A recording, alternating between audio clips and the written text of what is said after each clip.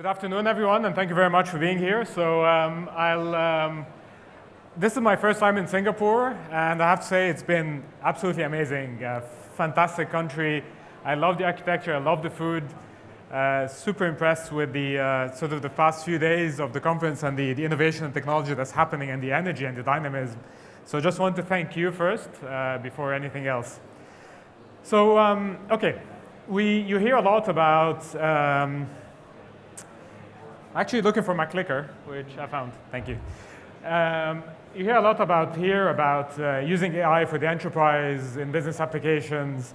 And of course, AI is an extremely powerful technology. It can make businesses stronger and more agile. It can make businesses more efficient and increase our output as businesses and companies. It can do a lot for the public sector as well. But what I want to talk about today is how we can use AI and deliberately use AI to improve social good and to improve outcomes for society in general. So I'm going to start with a show of hands. And who knows this picture? Who knows what this is? So one person, two people. Great, thank you. This is Earth.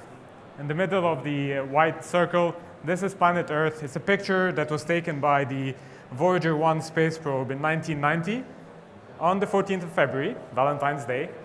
And it's called Pale Blue Dots. And the picture, when it came out, the image in 1990, it prompted a lot of reflection from people.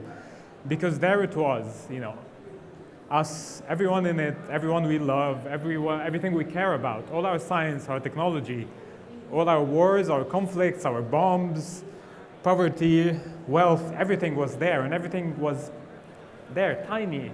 And Voyager wasn't even outside the solar system. Okay. All the nations, all the countries. And really what it tells us is we're all in it together.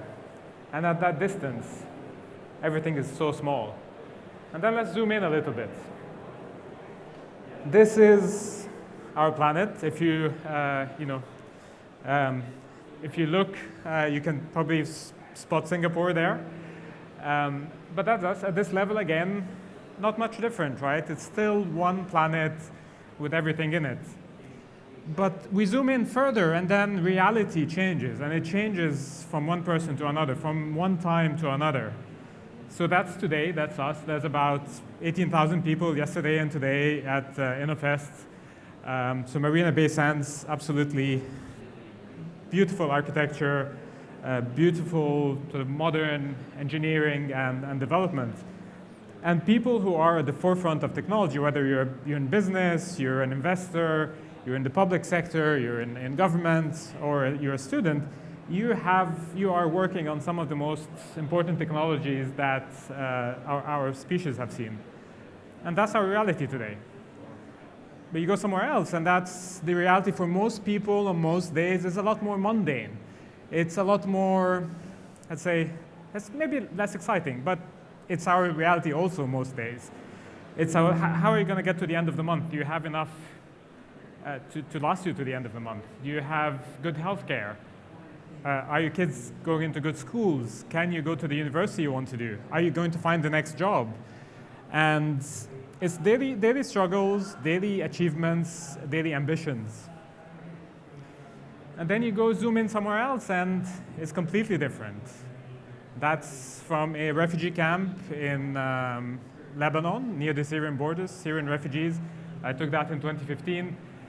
And if you're in that situation, if you are in a group that's particularly disadvantaged, the reality of everyday life is very different. It's not anymore about, am I going to last until the end of the month? Am I going to have food today? It's not whether my kids are going to go to a good school. Are they going to get any education at all? And it's not about my plans for next year, but will I even, be somewhere safe next month?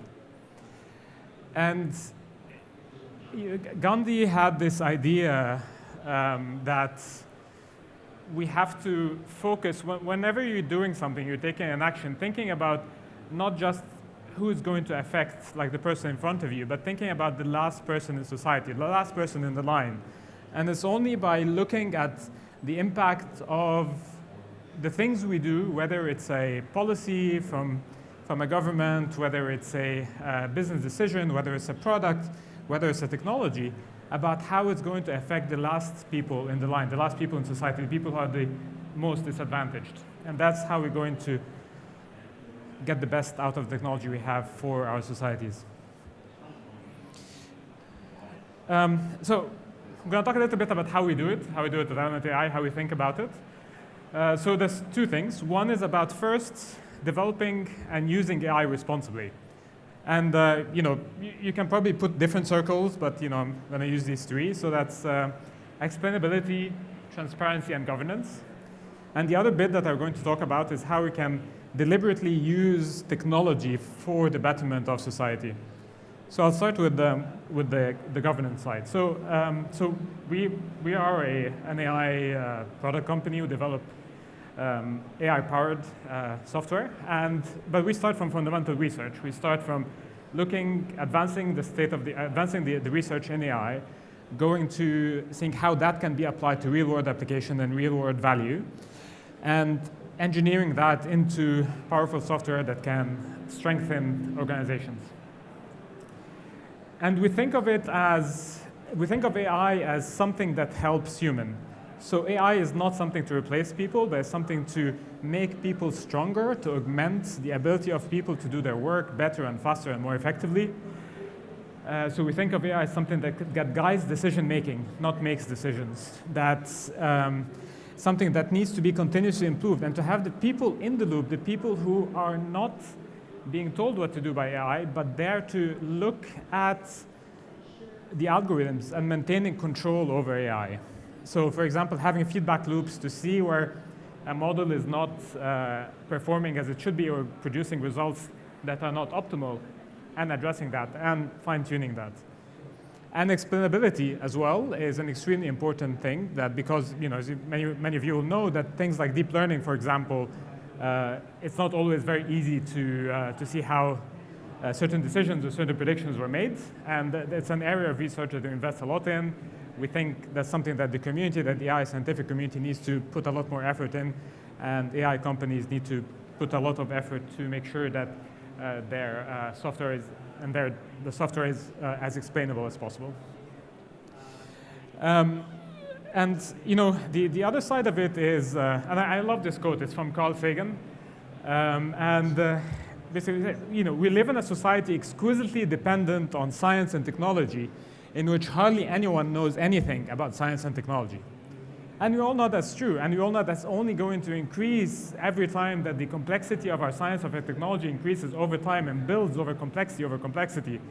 And you could be an amazing AI scientist, but how much do you know about quantum physics? How much do you know about quantum computing? How much do you know about CRISPR, about biotech? It's impossible today for a human, for anyone as smart as they can be, to know enough about everything. We're never going to have another Leonardo da Vinci, someone who, cuts across all these fields and is at the top of so many fields at that time. That's never going to happen again. And that's why people in technology and science, people in AI in this case, need to invest in public understanding. And we as a company, we think that's very important. It's not just about publishing scientific research papers, but also communicating these in ways that are accessible to the general public in many different forms. And that's something that starts from universities, companies, and governments and the public sector and education system can do a lot in. And that understanding, and that public understanding, is extremely important so that we do not end up in a place where there's a lot of hype about AI, there's a lot of misplaced sort of ideas about what it is, whether there's going to solve all the world's problems or there's going to lead to a dystopian future, because it's neither this or nor that. But we end up in these scenarios and these ideas because we talk about things sometimes in ways that are less than optimal.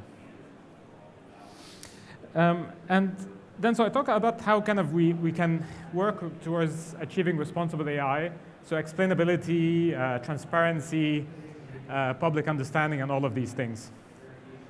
Then it's about how we explicitly use AI to help solve some of the world's problems. And the first thing here is technology is only ever part of the solution. Technology can help solve problems, but we should not look at technology as the solution to our social problems. First, we need to identify problems, and this is, I think this is one of the better frameworks. It's the Sustainable Development Goals adopted by the United Nations, by every country in the world. Singapore has been a strong supporter in the negotiations for the Sustainable Development Goals, and has been doing a lot for many years on, for example, access to clean water and many other things. And these are things that should be achieved by 2030. And if they are, and if we get together and able to achieve them, there'll be no hunger. People everywhere will have access to clean water. We will have taken enough action to stop the worst effects of climate change. So this is how we look at it at Element AI. We, you'll see that in this diagram, we are part of it. We are the AI experts there. That's what we do. That's where our expertise lies. But we know that we can't do this alone. We have to do it together with the domain experts, people from the environmental sciences, from people working on things like disaster relief, to tell us what is the most important application, where can we have an impact, where can we bring that domain expertise together with the science, with the technology, to be able to have a positive and lasting impact. We need to work with the data owners, because we know AI needs data, so they need to be part of that. We need to find the funding to be able to scale and deploy these solutions across the world. And we need governments that support this kind of work. Specifically what we do, and I'll talk a bit more, give a couple of examples of these. Most of our time, we focus specifically on computer vision and applying that to things like satellite imagery and aerial imagery from drones and others, as well as natural language processing. And we focus on two broad areas, human rights and the environment. When we talk about human rights, it includes things like impact of conflicts on people, like online abuse against women, like access to water and food. And environmental monitoring focused on climate change and climate change action. So I'll give a couple of examples of these. December last year, we did a project with Amnesty International that we published, and it was focusing specifically on violence against women online, so online abuse, directed at politicians and journalists in two countries, in the US and the UK. It was we built the largest ever data set of its kind. It was a combination of crowdsourcing, domain expertise, and expert data analysis, and machine learning. In all, we looked at 1 year's worth of mentions for 778 women and journalists in these two countries across the political spectrum. So it included every member of parliament and every member of Congress in the US and in the UK and US. We analyzed 14.5 million tweets using a combination of very sound statistical sampling, crowdsourcing to analyze the data, categorize the abuse, and we had more than 300,000 labels done on this for the study.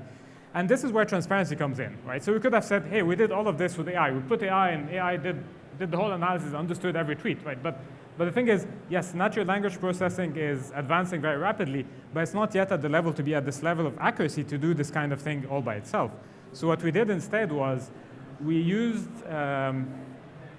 very sound statistical sampling methods to get a sample of several 100,000 tweets. We had the people, human, who are very good at understanding abuse, categorize the abuse, and we used that, again, to extrapolate over the whole of the 14.5 million tweets. And then we used that data to train a model so that then it can start understanding abuse.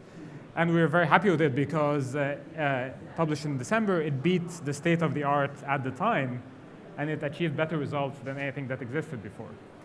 Now, at the same time, we put it out as a demo so that people can see what the limitations are and what the potential is and where things are at the moment. And I think this is an area that will only keep on improving over time. But I think it's important to be transparent about where the possibilities are and what the limitations are.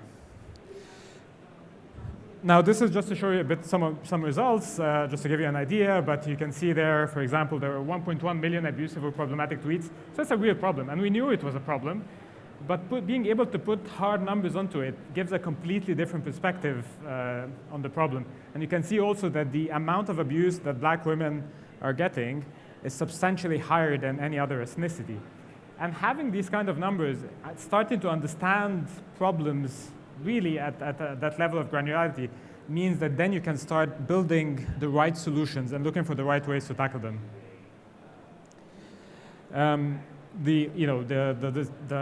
When we put it out, had massive coverage in many countries.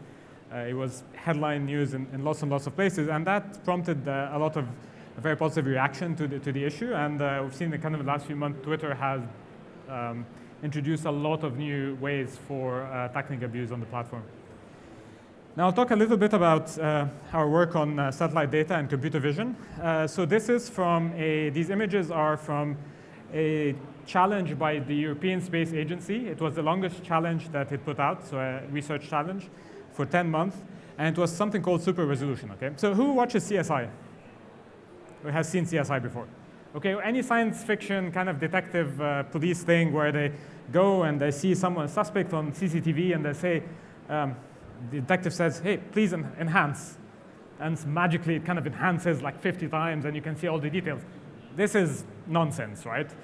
Like, the information isn't there. It's just not going to create it out of nothing. So the idea there is that satellite imagery at low resolution is widely available and free or very cheap. At high resolution, you can do a lot more with it, but it's gets very expensive the more the resolution increases.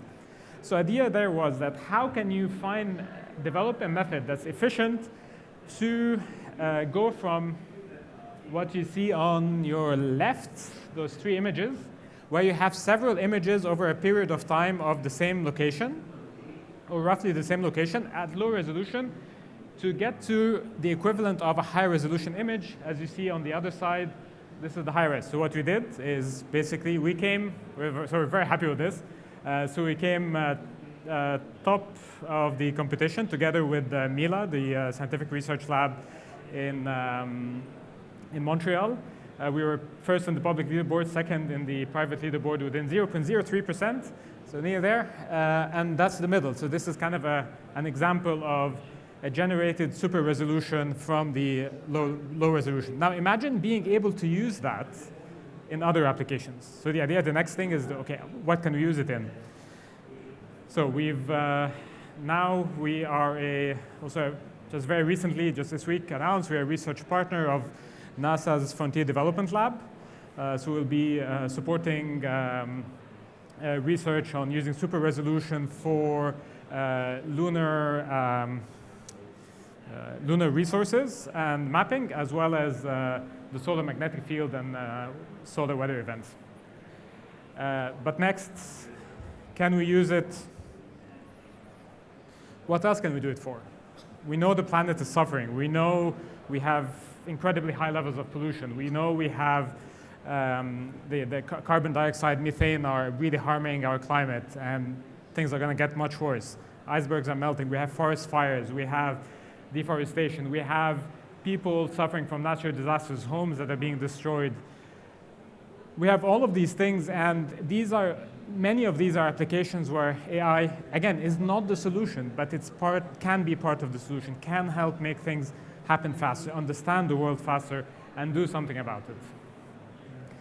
So our goal is not only just to put out some code somewhere that becomes very difficult to use, but to build tools that are reusable across many organizations, across time, build well-engineered software that can be used and can be used by the people who need to use it to make change happen in society. Okay, so I'm nearly finished, but just want to check. So it's a little bit geeky for me, but who's looking forward to, anyone going to see the next Spider-Man? Yeah, that's Spider-Man, yes, it's coming next week, see it. Okay, so I'm really looking forward to it. Looking forward to the end credit scenes as well, to see what's going to happen in the next movies. But I'm going to use Spider-Man for this next thing, and it's Uncle Ben, right? And So this might be coming from a comic book, but it might be a little bit over the top. But look, I mean, we here are all in a privileged position of being in a place where we can use very powerful technology to do something with it. And yes, we can use it and should use it we can make business stronger and faster and more agile. We need to do that. We need to have better public services.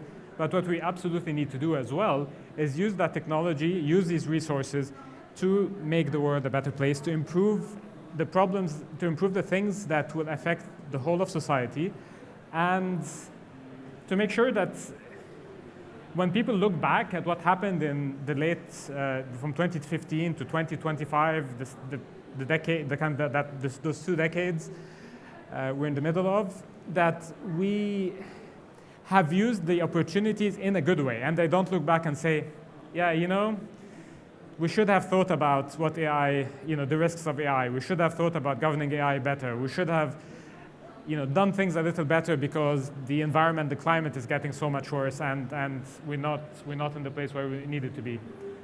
And to do that, we need to be explicit about it, and we need to be deliberate about it. So I'm going to leave you with that, and just with the remembering that that's us, that's all we have, and this is if we don't make a difference to the world, then I'm going to change that. If all of us in 10, 15, 20 years, 30 years time, we kind of we look back and say, hey, I had this opportunity and I made something that had a real difference to people and a real difference to the world, I think that will leave us much better, happier, and older people. Thank you.